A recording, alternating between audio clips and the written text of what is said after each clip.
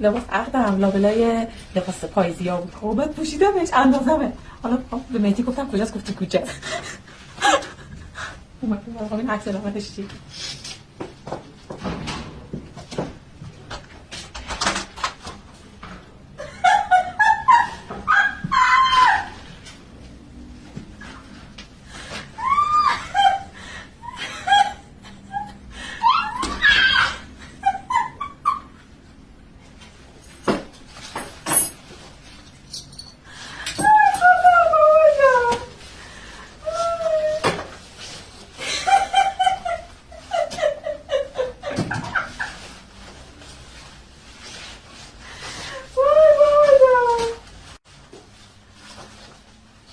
من میکنیم دیگه لباس عرضه میپوشیم. چرا؟ مراسم به عروسی میگیریم و خودمون بچه هم عکس میگیریم.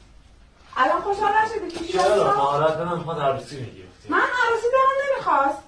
خودم با این لباس راحت میشم. میتونم عروسی بگم میتونم بجاش دو تا تنگانه گنده واسه بگیرم. یعنی پول عروسی من 2 تا علنگو میشد؟ خرجی که میشه 100 میلیون دیگه میام کمه.